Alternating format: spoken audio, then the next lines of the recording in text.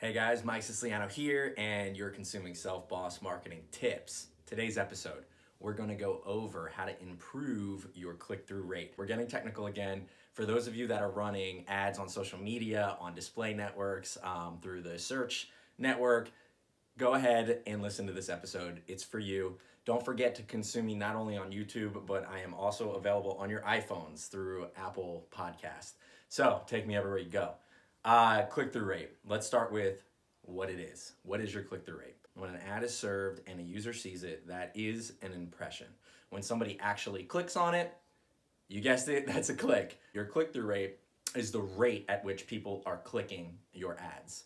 So if you have a low click-through rate, it means that not a lot of people are clicking on your ads. If you have a high click-through rate, that's great. People are finding your ad relevant, and they are going to your product or service. What is the optimal click-through rate? Well, that depends. Are you running a display-based ad or are you running a search-based ad? Display-based ads, anywhere from 0.04% all the way up to about 1.4. That's great. I mean, you're doing pretty good with your display network ads. It tends to be a bit lower. Your click-through rate on display ads tends to be lower because there's not an intent with display ads. So the user that's seeing that ad, they don't have an intent to purchase your products or services. And you might have heard me say that in the past. Now, with your Google search-based ads, there's an intent. Somebody's actually typing in best restaurant near me into Google. They have a need, they see your ad, and they click. Okay, so let's dive in. Now we want to look at what can be attributed to having a bad click-through rate. First thing you want to look at is the copy, whether it be a display ad or a search-based ad. You want to look at the copy. Is the copy relevant to what the user might need? Let's navigate over to the display ad side. Users that don't have an intent to purchase and are seeing your product or service for the first time, they need copy that is engaging and that's relevant to the interests that you've targeted. So in my Facebook ads interest-based layering video that I put out just prior to this video, you saw that there's a way to target interests in layers so that we can narrow down our target audience. These interests are critical to the creative that's going into the ad. If you're not matching the creative to the interests of the users that you're targeting, they'll leave. They won't be interested. And if you're paying for impressions, you'll be wasting valuable marketing dollars serving these ads to users who aren't interested in your products or services. So get the copy dialed in. If they're interested in H&M, if they're interested in Uniqlo, as we mentioned in that previous video, then you probably want to talk about trendy clothes in your ad copy. You probably want to talk about affordable, trendy clothes in your ad copy. Next, let's move on to the creative piece of your display ads, and then we'll jump back into the search-based ads. The creative needs to resonate with the user. If you are displaying ads to users who like trendy men's clothes, you need to display either a male wearing these trendy clothes in a lifestyle photo or product photography of the clothes themselves with engaging copy matched. If you do not have engaging copy or good product photography, your click-through rate will be low. Users will see this ad and they won't go ahead and click. That leads me to my next point.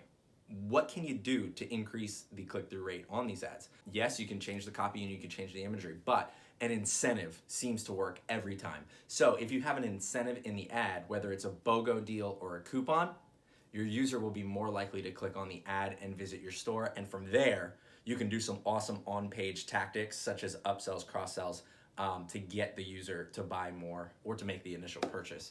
Let me jump into Google Ads. So with your Google search-based ads, when the user has an intent to purchase and your ad is displayed and they're not clicking on it and moving on to the next ad below you, it's because you're not adding value to their interest. They have an interest, they have an intent, and you're not adding value to it enough for them to click on your ad. So what can you do? A few things. First, try adding an incentive to your search-based ad. Try adding urgency to the ad copy. You have 3 heading lines now. Google allows you to leverage these 3 headlines. They're 30 characters per headline. Go ahead and play with those. If you don't have 5 to 6 individual ads within one ad set in your Google search-based campaign, you need to go ahead and make them right now. Play with the copy, add an incentive, add urgency to the copy, and see what happens. Below that, you have a description. make sure the description is as long as possible. You have 90 characters for this description. Use the 90 characters to the max. You want to get it up to 85 to 90.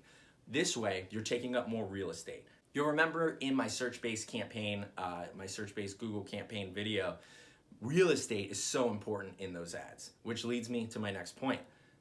Ad extensions. If you don't have ad extensions, they can directly be attributed to a low click-through rate.